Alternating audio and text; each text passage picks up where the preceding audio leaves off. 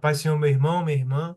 Você está assistindo o EBD Instituto Podcast, um programa que é feito pelo DENEC, Departamento de Ensino Cristão da IEAD.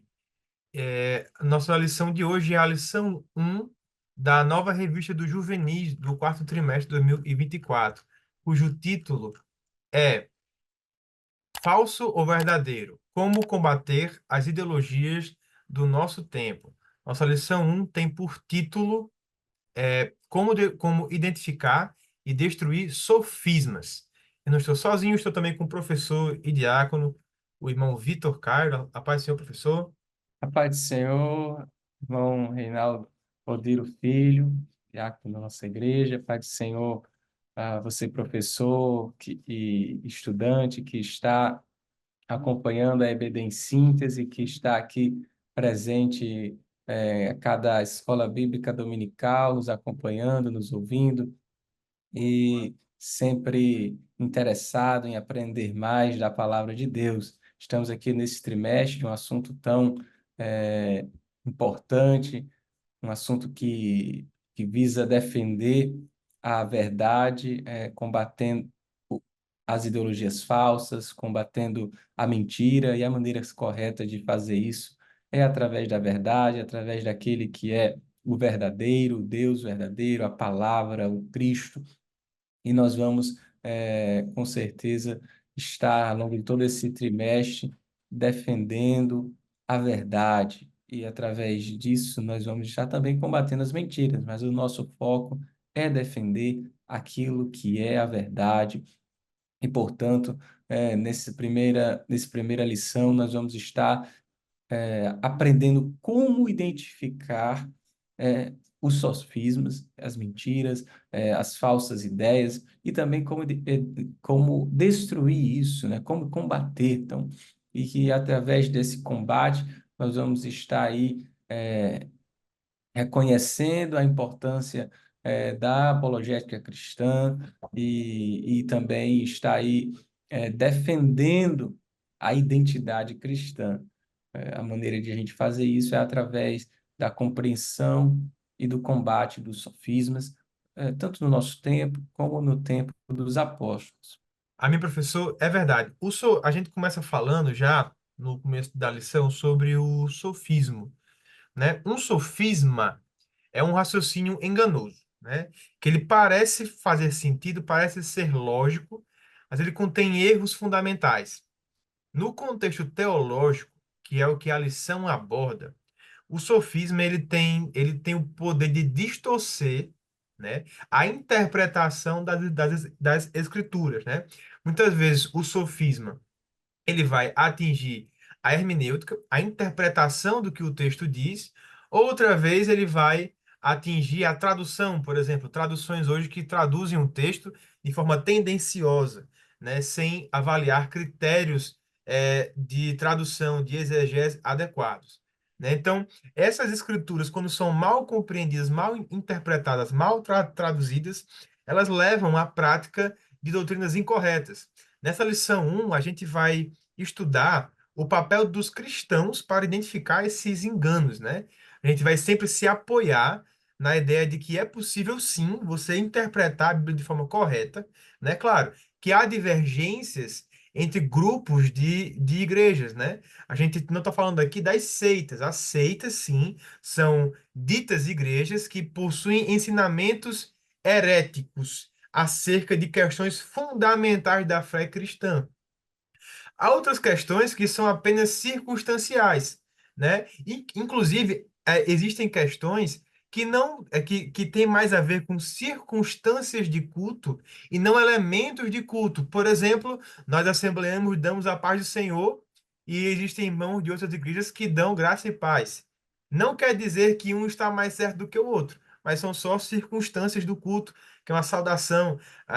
Existem igrejas que existe Santa Ceia a cada 2 meses, a cada 3 semanas, não é? Mas nós não fazemos uma vez por mês. Então, isso são circunstâncias de culto. O que importa é você manter a comunhão, é você ter a fé baseada na morte vicária de Cristo Jesus, que lhe garante a salvação. Então, pontos fundamentais Não são, não há discussão. O que a Bíblia traz como fundamental, como doutrina bíblica, isso tem que ser unanimidade, certo? Mas existem, claro, pessoas aí que fazem o uso de sofismas, mentiras, para fundamentar as suas próprias heresias, seja por mal, intencionalmente, ou seja por ocasião de um erro bíblico. Muitas vezes alguém não está mal intencionado, mas ele comete um erro bíblico. Por exemplo, temos aí uma reportagem muito antiga, não muito recente, mas de um leitor da Bíblia. Ele estava lendo a Bíblia e leu a palavra adultério. Ele leu a palavra adúltera, só que ele não botou acento. Então ele leu adultera. Então ele cometeu ali um pecado por causa de uma leitura errada, entendeu? Então é um erro bíblico que gerou uma heresia, que gerou um pecado. E essa é a verdade. As heresias elas matam a igreja. A Bíblia nos alerta que as pessoas podem pecar por não conhecer a palavra de Deus. E por isso, amado professor, você que está nos ouvindo, o seu papel como professor é fundamental. Se você não deixar reservado o seu tempo diário para devocional, o seu tempo diário para estudo bíblico, se você não se preparar, esquematizar a sua aula, você pode estar cometendo um pequeno equívoco que lá na frente o seu aluno vai gerar uma heresia nele, vai gerar ali um erro bíblico que pode acarretar num futuro pecado, numa futura falha, né, por um erro teológico, por um erro de interpretação bíblica. É verdade, professor. E conforme o senhor citou, neste momento, que às vezes pode ser sem intenção, mas em algumas vezes isso é bem planejado e feito de forma bem inteligente e por isso tem uma capacidade de enganar muitas pessoas. Até porque se nós formos aí para a originalidade da palavra, né, para os primeiros usos, para a etimologia do sofisma, né, que vem do grego,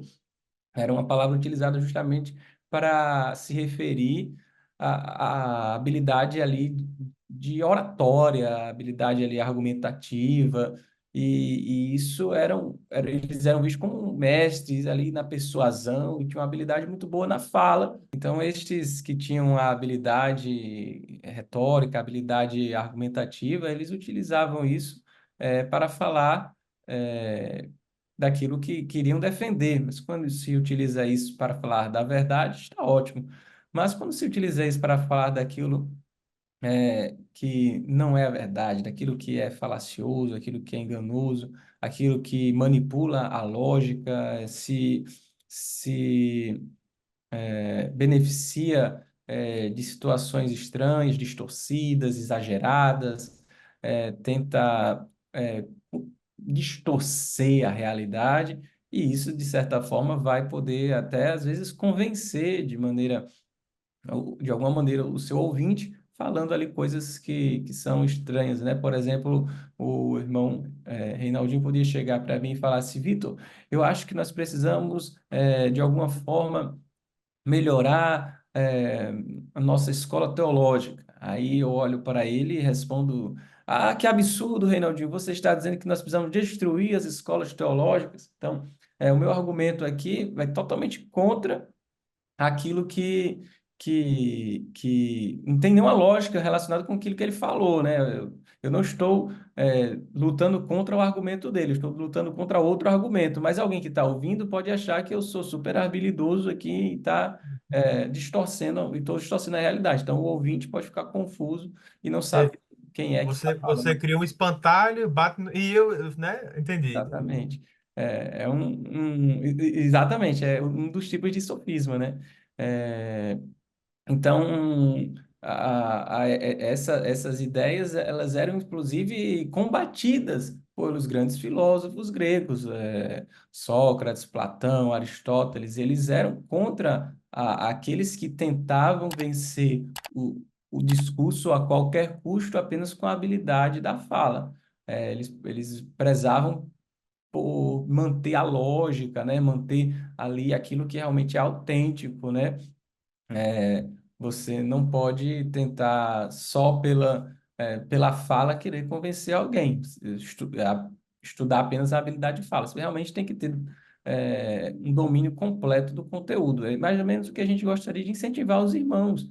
Às vezes você está ouvindo ou estudando algo que tem uma boa forma, mas você tem que ter certeza que aquilo ali está fundamentado na palavra de Deus, e isso não só tocante à palavra de Deus, mas de modo geral, a tudo aquilo que vemos, aprendemos na nossa vida, nós temos que ver que se isso está de alguma forma sendo alinhado com a verdade. Se está desalinhado com a verdade, não importa a forma, não importa a beleza, não importa a estrutura. É, é até difícil, de certa forma, para quem não tem uma habilidade argumentativa, lutar contra e refutar os sofistas, né? Ou os argumentos, né? Que são dessa forma assim, dessa forma, né? Sofisticados, né? Também e falaciosos.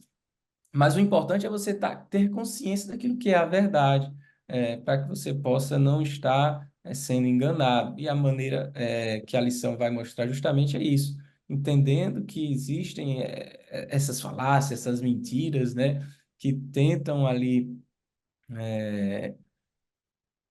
nos enganar, nos mostrar a mentira como se fosse verdade.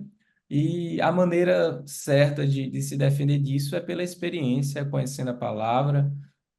Não tem outra forma, vai ser justamente. Até acho que vai ser um dos filósofos que vai falar sobre isso,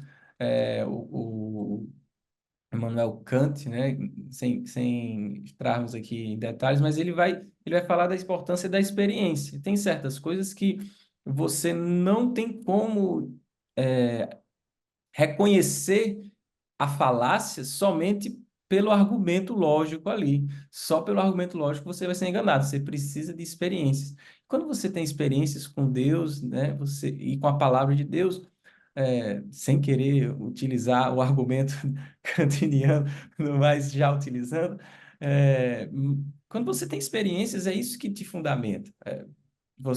Você realmente se relaciona com a palavra de Deus, você tem uma amizade com Cristo, o próprio Espírito Santo vai te orientar em certos pontos que são importantes na fé. É claro que se você procurar água suja, né, para beber, você vai realmente se contaminar.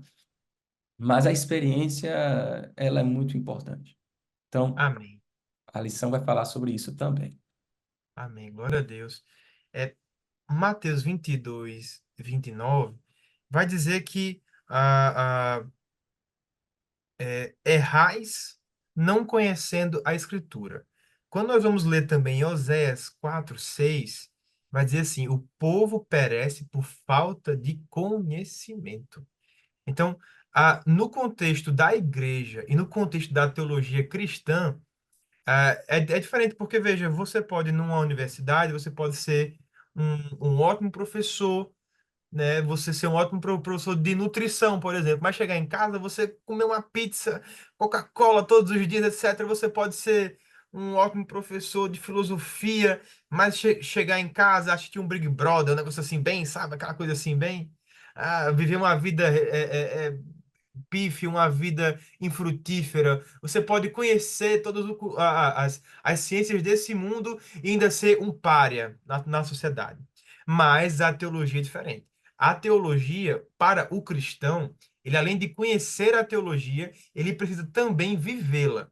Então, por isso que para nós cristãos e para nós protestantes principalmente, nós somos reformados, nós que temos a tradição da reforma protestante, nós precisamos estudar a palavra de Deus não apenas como um conhecimento científico. Esses dias eu ouvi uma frase, eu li uma frase, na verdade, que fala assim: se você tem o desejo de pregar, mas você não se dedica, você não estuda, é só um sentimento, um desejo de atuar. Nós não podemos atuar. Não podemos apenas conhecer a palavra de Deus para atuar. Temos que viver a palavra de Deus de alguma forma. Porque quando você chega no seu trabalho, chega na sua escola, é ali que você vai ser a carta aberta. É ali que você vai ser o que muita gente vai conhecer da Bíblia é o seu testemunho. Então você precisa ser um cristão que saiba responder com mansidão e responsabilidade o que é, qual é qual seja a razão da sua fé. Na lição, nós vamos encontrar aqui dois grupos de pessoas, os gnósticos e os judaizantes, que utilizavam sofismas para enganar a igreja. Vitor muito bem colocou aqui que hoje há um maquinário satânico na sociedade que faz com que pessoas se organizem para difundir erros bíblicos, para difundir heresias, não é? É só o que nós temos. Por isso que é muito perigoso você vai querer estudar um tema, por exemplo, a lição passada do Juvenis, que foi sobre Apocalipse. O tanto de heresias que nós não encontramos na internet acerca deste assunto. O Sim, quanto de visões diferentes da nossa igreja nós também não encontramos, né, na internet. É importante lembrar que a Escola Bíblica Dominical é uma escola confessional da Assembleia de Deus. Então, meus amados irmãos, nós só somos autorizados a ensinar o que nossa igreja professa. Então, é muito importante você sempre estar munido da nossa declaração de fé das Assembleias de Deus do Brasil. Então, temos aqui dois grupos que a lição vai nos trazer: os judaizantes e também os gnósticos. Vamos começar na ordem que a lição traz, tá certo? Ah, os judaizantes, né? Eles eram ali um grupo de pessoas que, então, em todas as cartas que nós vamos encontrar no as cartas do Novo Testamento, nós encontramos a origem, né, do que ali seria esse grupo de judaizantes que o apóstolo Paulo combateu, né? Eram pessoas que eram convertidos, né, foram convertidos ao Evangelho de Cristo, mas que mantinham ali algumas tradições do judaísmo e e por que eles faziam isso? Porque eles tinham esse medo de romper com a cultura judaica. Eles não queriam perder o status que eles tinham dentro do mundo judaico, dentro da cosmovisão da lei mosaica, monocromática, né? Hiperbólica, de você apenas ver a lei e cumprir a lei e achar que isso vai lhe salvar. Então, nós vemos aí, professor Vitor, já que a gente está falando sobre sofisma, sobre falácias argumentativas, nós temos já aqui a primeira falácia lógica, tá certo? Que é a falácia da falsa dicotomia. Por exemplo, a falsa dicotomia é quando você apresenta duas opções, como que só houvesse essas duas opções. Hoje nós temos grupos de seitas, né, que pregam isso. Olhe, se você crê em Deus você tem que, por exemplo, guardar o sábado, porque o sábado está na lei. Então, se você é cristão hoje, você tem que guardar o sábado, você tem que fazer isso e aquilo, você tem que, por exemplo, não misturar poliviscose com lã, por exemplo, que são tecidos diferentes. Então, tudo isso é uma falsa dicotomia. Porque não há só há duas opções. Não há só a ideia de que se você. Porque, veja, o argumento falso é: para ser salvo, é necessário que você que crê em Cristo, você tem que crer em Cristo e tem que seguir a lei de Moisés, como a circuncisão e a observância dos dias sagrados. Só que a própria Bíblia refuta isso. Não há só essas duas opções. Veja só, Mateus 5,17 vai dizer assim. Não penseis que vim destruir a lei ou os profetas. Não vim destruí-los, mas para cumpri-los. Jesus deixa claro que ele cumpriu em si mesmo toda a lei. Em sua vida, em sua obra, ele cumpriu toda a lei, encerrando a necessidade de seguir rituais mosaicos religiosos para a salvação. Gálatas 5, 1 ao 4, Paulo vai advertir que aqueles que tentam ser justificados pela lei se separam de Cristo e caem da graça. Ele ensina que a salvação é pela fé e não mais pelas obras. Efésios 2, 8, 9. A salvação é um dom de Deus, pela graça sois salvos, e não pelo cumprimento da lei, para que ninguém se vanglorie, para que ninguém tenha em si algum mérito. Então, é um sofisma, é uma falácia, é a falácia da falsa dicotomia. Não existe só você seguir a lei ou você não seguir a Cristo. Cristo em si mesmo cumpriu a lei. E hoje nós não mais seguimos a lei mosaica. Nós seguimos os ensinamentos e as ordenanças de Cristo. Nós praticamos, quando nós fazemos jejum, por exemplo, nós não estamos praticando uma ordenança, um costume judaico. Estamos fazendo isso porque nosso Cristo fez isso e porque é uma orientação bíblica para isso. O Antigo Testamento tem um valor muito importante para nós, porque ele revela o caráter de Deus, ele revela quem ele é, ele nos revela Cristo ao longo da história, ele é para nós, aponta diretamente para Cristo. Então, por isso que podemos dizer que Cristo ele é o resumo da lei. Ele é a libertação da lei. Ele é o cumprimento da lei. Nós, seres humanos, nós pensamos assim, a lei é assim, é uma norma, e se eu descumpro essa norma, eu sou punido. Não, não é isso. É como se Jesus Cristo ele fosse a consumação do Código Penal, por exemplo. Ele é a consumação da Constituição. Ele agora reúne em si todo o direito e todo o poder e toda a justiça nele próprio e agora eu não preciso mais apenas observar a lei fria mosaica, mas agora eu posso viver diretamente com Deus e ter um relacionamento com Ele e viver conforme a Sua palavra, a palavra de Deus. Essa é a chamada dispensação da graça. Quem é judaizante não entende isso. É bem verdade, Rinaldinho.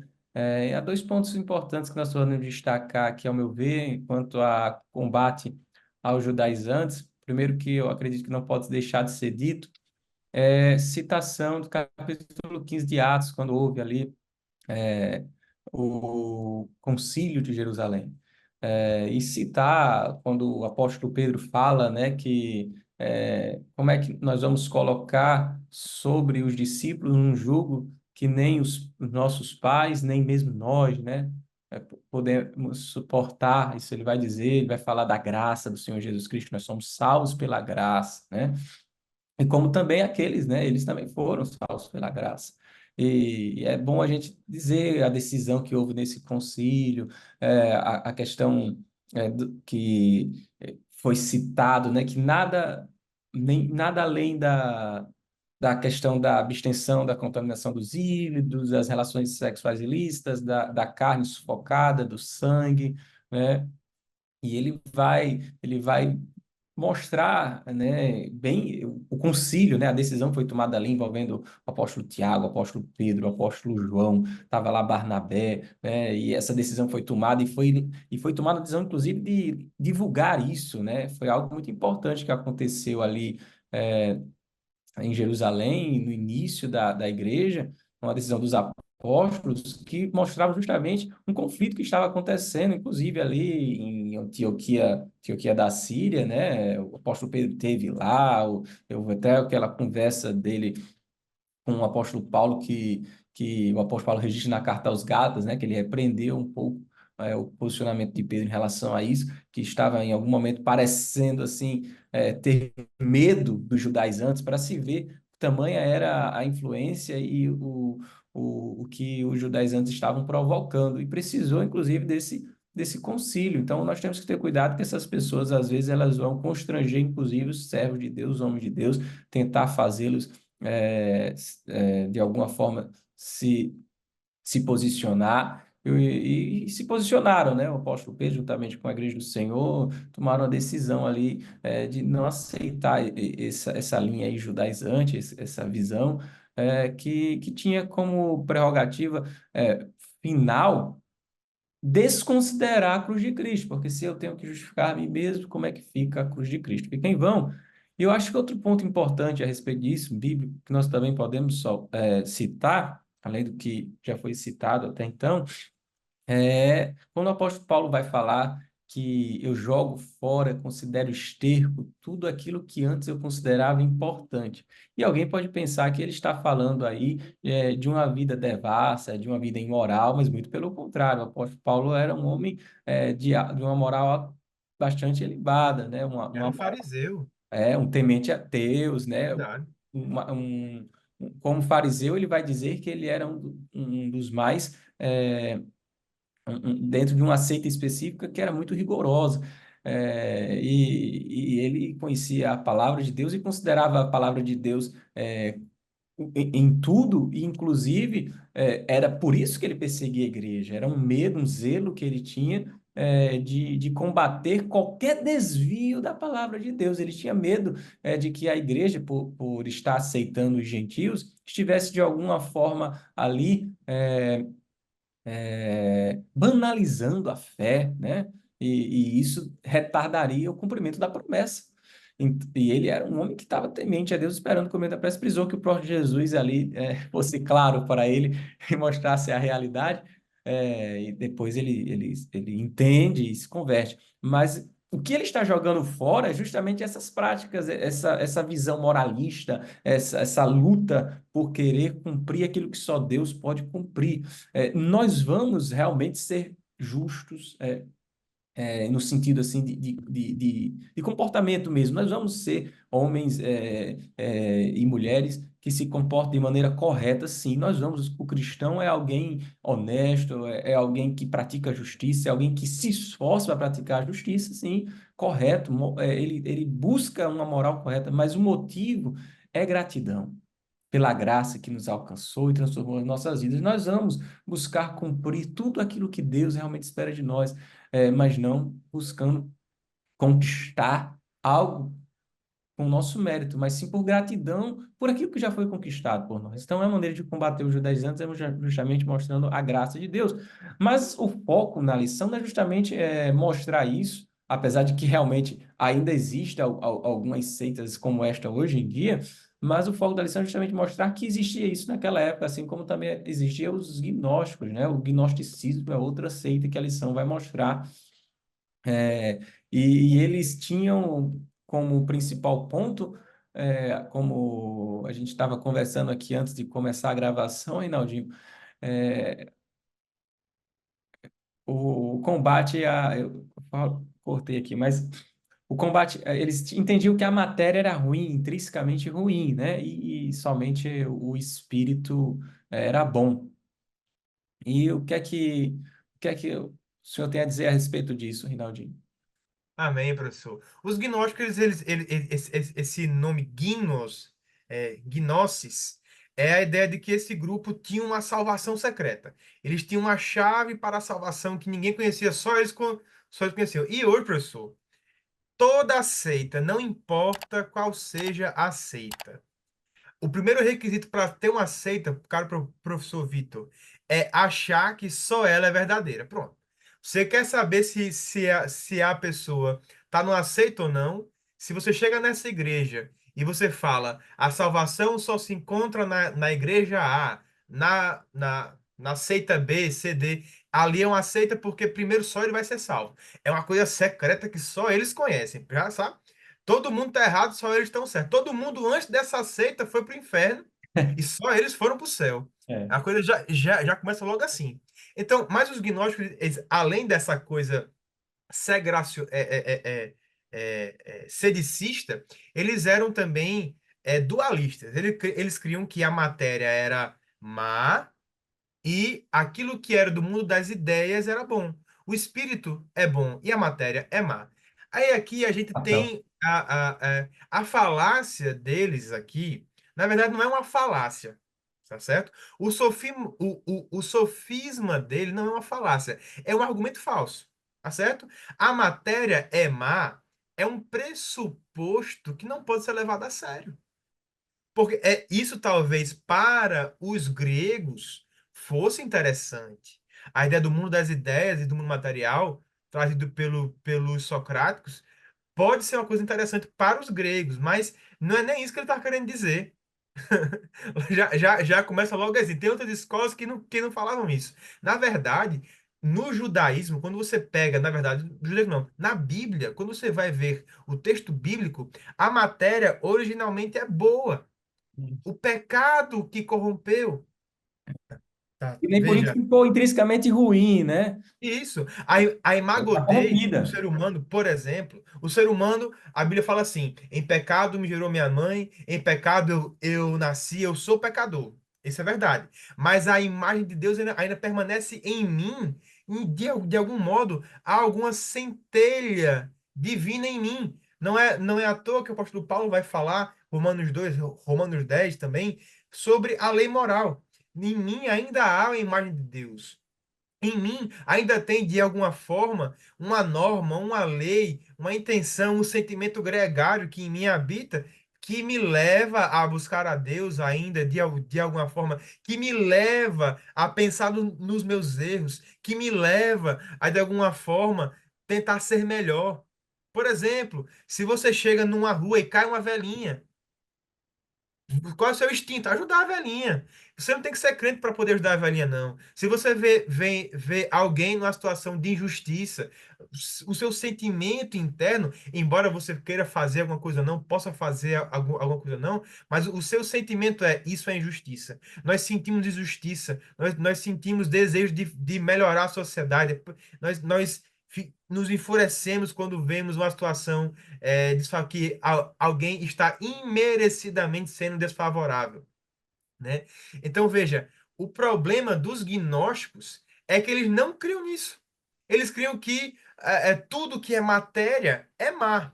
Eles não paravam para. E esse é um grande problema, professor, da gente trazer para nossa sala de aula filosofias japonesas, filosofias gregas, filosofias nórdicas, cultura indígena, tudo isso porque partem de um pressuposto, partem de um raciocínio que não é o raciocínio bíblico.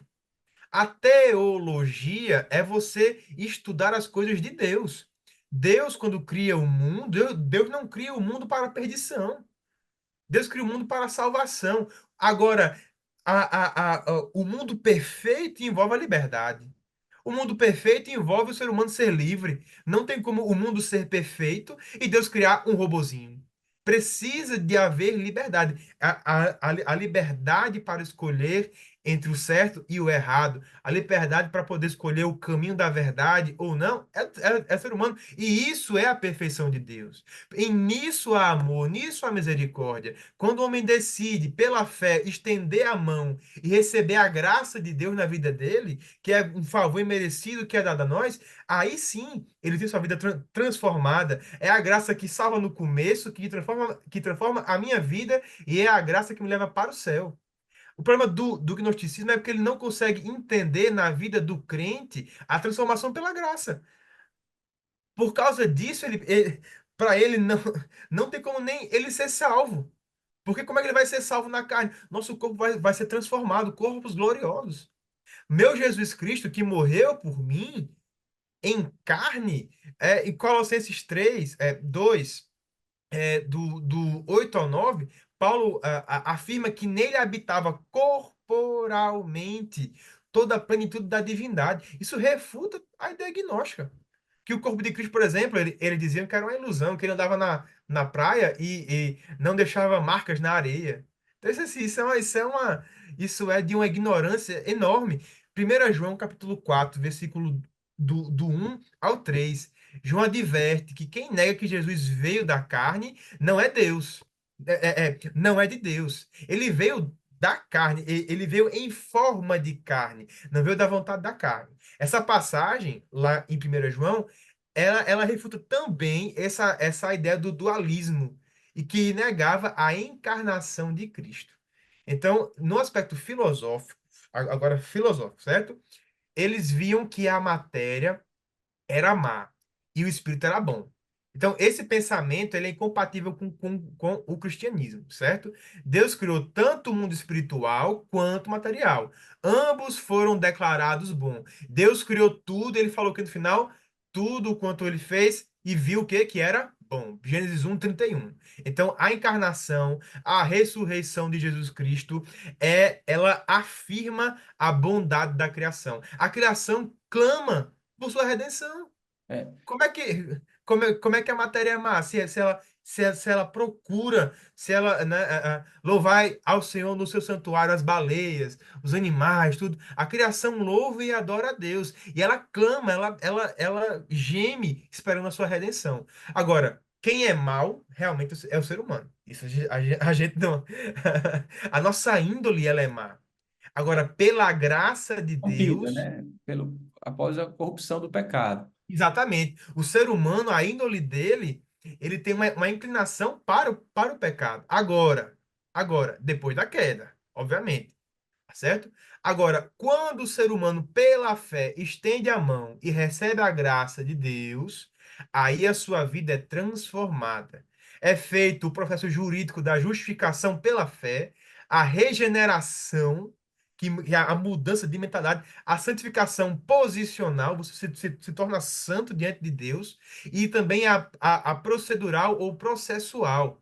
Você vai sendo cada dia a graça de Deus vai transformando a sua vida de forma que, de graça em graça, você chega à estatura de varão perfeito e um dia vamos ter, não é que nossa alma vai ser, é nosso corpo que vai ser transformado. A salvação, ela envolve alma e corpo, né?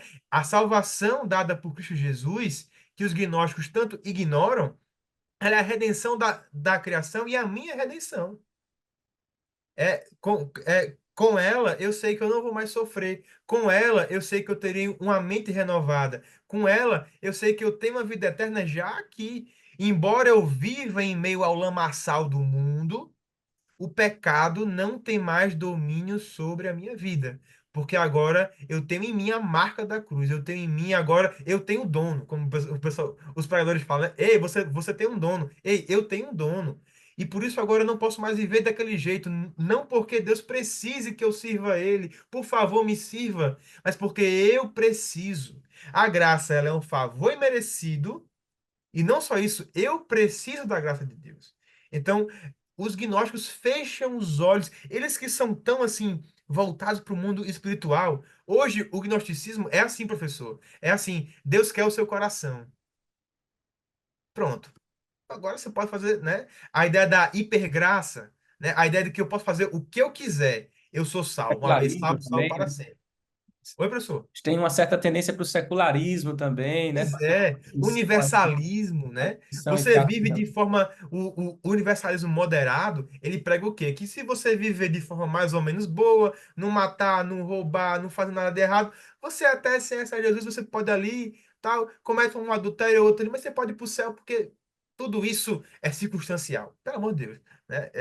Isso é brincadeira. Foge totalmente às escrituras e é uma falácia.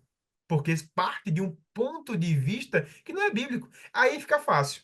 Se tudo que eu quiser inventar, eu posso tirar de uma fonte que não é bíblica, pronto.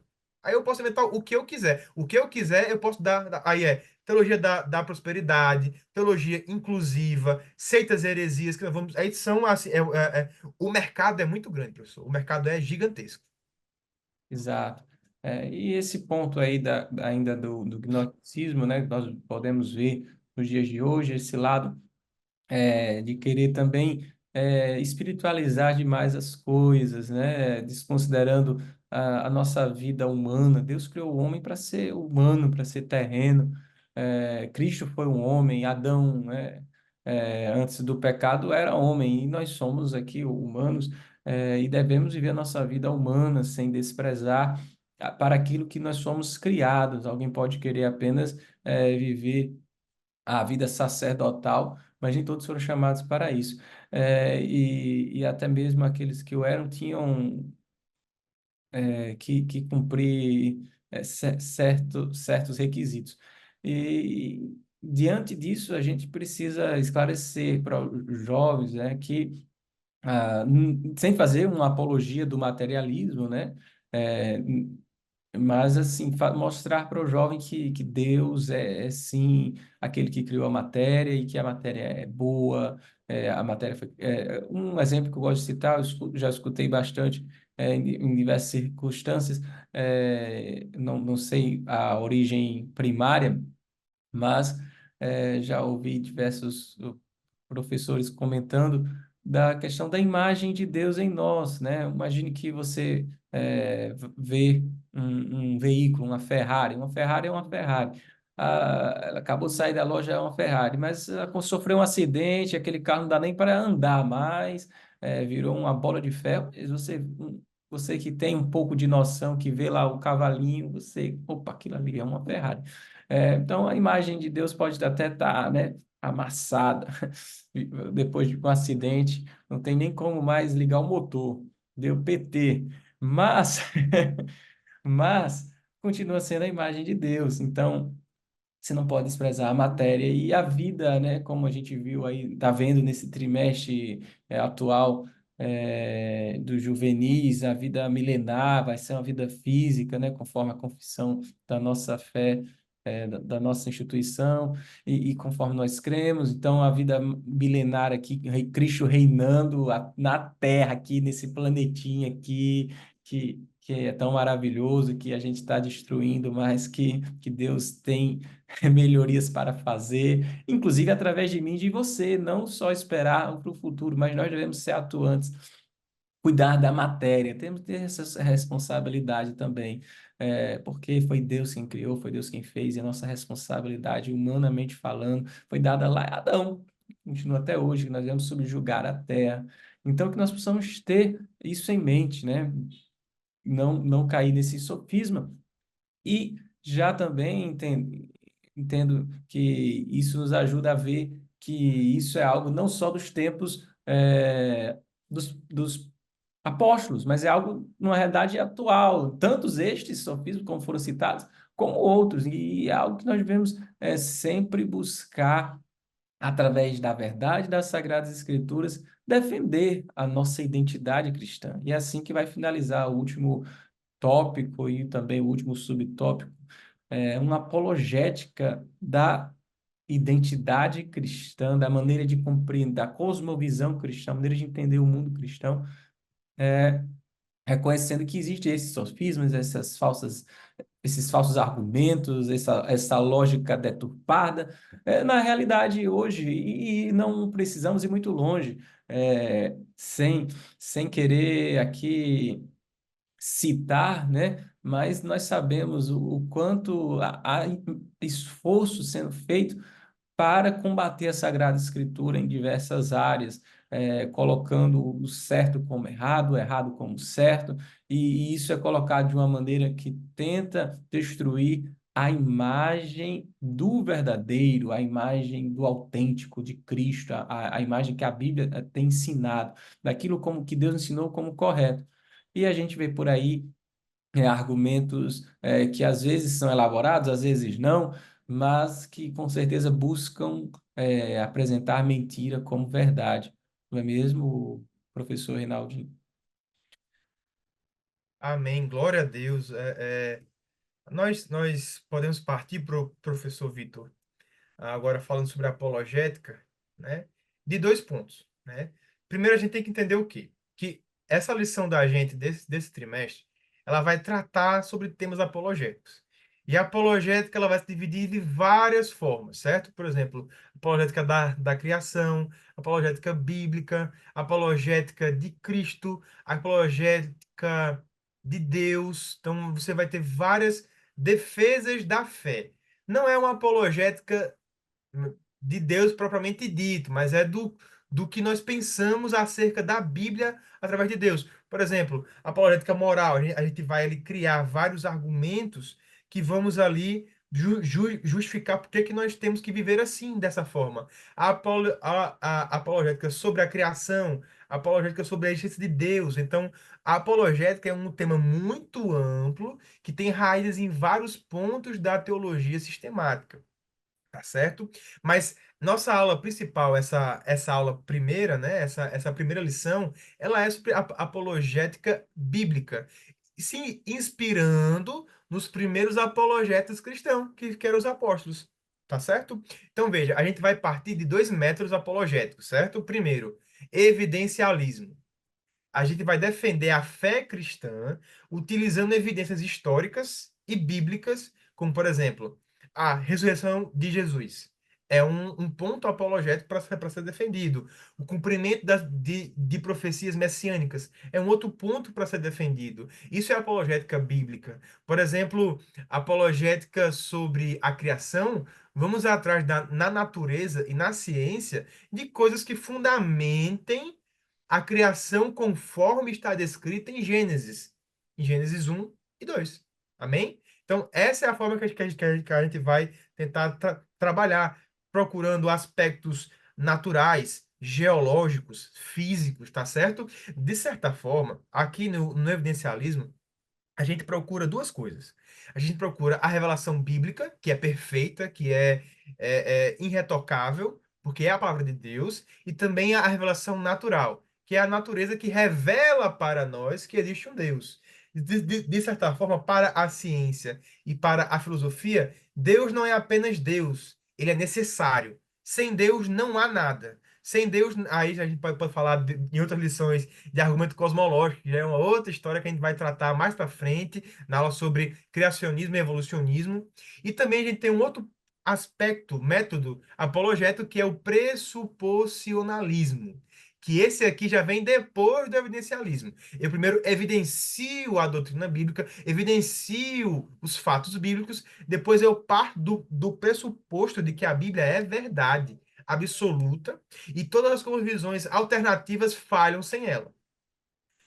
Entendeu? Por exemplo, os judaizantes, qual era o problema deles? Se eu não sigo a palavra de Deus, se eu não observo que Cristo é o tema central do Velho Testamento, que apresenta Jesus, que é o prenúncio, que é o prelúdio da grande glória que foi revelada a nós através da morte vicária de Cristo, se eu não entendo isso, eu tenho um pressuposicionalismo, uma cosmovisão falha. Se eu tenho uma cosmovisão gnóstica de que a matéria é má, eu já começo errado. Então, temos que partir do ponto de vista bíblico. Se você vai partir do ponto de vista da tradição católica, do ponto de vista de. Você vai esbarrar na palavra de Deus. Você vai encontrar entraves na palavra de Deus. E aí, professor Vitor, nessas vontades de querer sempre estar certo, de não se render à palavra de Deus, aí nasce a heresia. Porque o que é mais legal, assim, eu vou ler a Bíblia. Não gostei. Pronto, aqui eu vou ignorar, vou criar um argumento que vai dizer mais ou menos o contrário. A gente precisa abrir a Bíblia e deixar a Bíblia falar com a gente. Com certeza, é a Não palavra é o de Deus, contrário. né? Porque senão viram aí Gesés. Eu tô colocando sentidos no texto que não existem. Essa semana eu estava vendo um pastor, dito pastor, dizendo que o pecado de Gênesis 3 era sexual. Então, assim, você tem pessoas que estão no mundo da lua, sabe? Que todas as regras e os critérios hermenêuticos, critérios de interpretação bíblica, sabe? Então, assim, foram explodidos. Você não tem mais regra nenhuma. Agora eu posso partir de qualquer pressuposto. Sabe? Assim, é triste, é lamentável que a gente, às vezes, por uma falta de coragem, de dizer a verdade, dá palco. É que esse pessoal, professor Vitor, caro professor, esse pessoal estão na mídia aí 24 horas. Você, caro professor, você tem aí, às vezes você não tem nem uma hora para dar uma aula no EBD. Então você precisa o quê? Arrume tempo com seus alunos. Arrume tempo com eles. No grupo do WhatsApp, da sua sala, do grupo do Telegram, coloque versículos, vídeos de pregações que falem sobre esse assunto. Combate do jeito que você vai, do jeito que você pode. Marque uma aula online, faça uma aula de revisão, né? Porque você precisa colocar na cabeça deles o que é certo.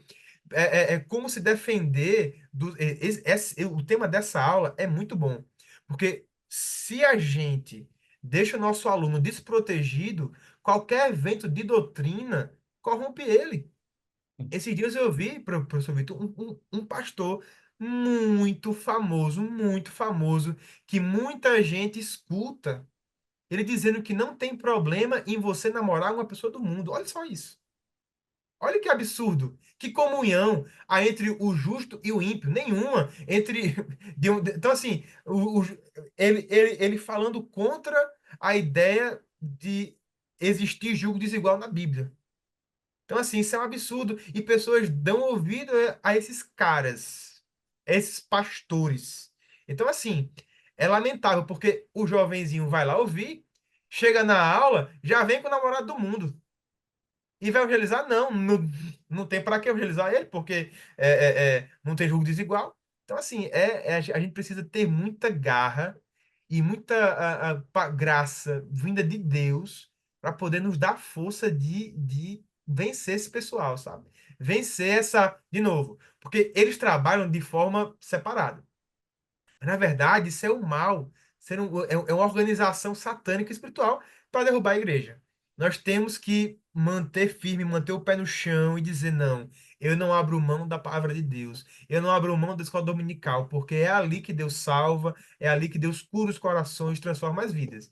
A aula da EBD tem que ser uma fonte de transformação. Se você, eu posso até mudar a frase que eu falei antes. Se você vai dar a sua aula com a intenção apenas de mostrar conhecimento, a sua vontade é de ser um artista, é de ser um ator. Você tem que ser um professor, um mestre, e a gente precisa colocar isso em nós, que a nossa aula nem sempre vai ser a melhor, mas a nossa aula tem que ser uma fonte de transformação para a vida daqueles jovens, daquelas pessoas. Perfeito. Acredito que com isso a gente fecha, né, essa primeira lição, tendo em mente, caro professor, que nos ouve, que está se preparando para ensinar esta lição, de que a palavra de Deus é a regra, a palavra de Deus é a maneira de combater as falsas doutrinas e também a vida espiritual, a experiência que nós falamos lá no início, não só, como estava repetindo aqui também mais uma vez, não só a parte do aprendizado aí inteligível, né? A parte de estudo, mas também a parte de vivência mesmo com o Senhor Jesus Cristo é muito importante. E esta é a primeira lição do trimestre, então é fundamental se despertar aos alunos, aos estudantes, o interesse pelo restante do trimestre. Então, dedique-se, estude e também ore ao Senhor, faça jejum e esteja colocando diante de Deus ali esta aula, colocando diante de Deus este momento com os eh, seus estudantes, seus pupilos ali que vão estar aprendendo mais da palavra de Deus, e que você possa, em oração, estar apto para carregar isso adiante, levar esse ensino, este aprendizado aos seus alunos, porque nossa luta não é contra carne nem sangue, é a nossa batalha espiritual e nós devemos travá-la com armas espirituais. Nós vamos aqui abastecer os nossos estudantes com ferramentas teológicas, com ensinamentos argumentativos, preveni-los contra as mentiras de Satanás, as sutilezas de Satanás, que é o pai da mentira, que é o, portanto, do engano e tudo que está relacionado a isso, as heresias enfim, mas que você possa, cara professor, estar concentrado nisso, focado nisso, disposto a, a dedicar tempo em comunhão com Deus e o Espírito, dedicar-se à busca pelo Espírito Santo, para que possa, portanto, estar apresentando uma aula espiritual, uma aula da parte de Deus, né, para os jovens, os juvenis que vão estar ali sendo alcançados por esta palavra. Amém, glória a Deus. Desejo para vocês que estão aqui nos ouvindo uma boa aula de domingo, uma boa preparação. Eu sei que certamente Deus vai, como diz o professor, Deus vai capacitá-los, né? Deus vai nos capacitar e a vitória é nossa pelo sangue de Jesus. A paz do Senhor, professor Vitor. A paz do Senhor, professor que está nos assistindo, caro aluno. Pai do Senhor, professor Reinaldo Aldiro Filho, e a paz do Senhor a cada um que nos ouve. Que Deus os abençoe.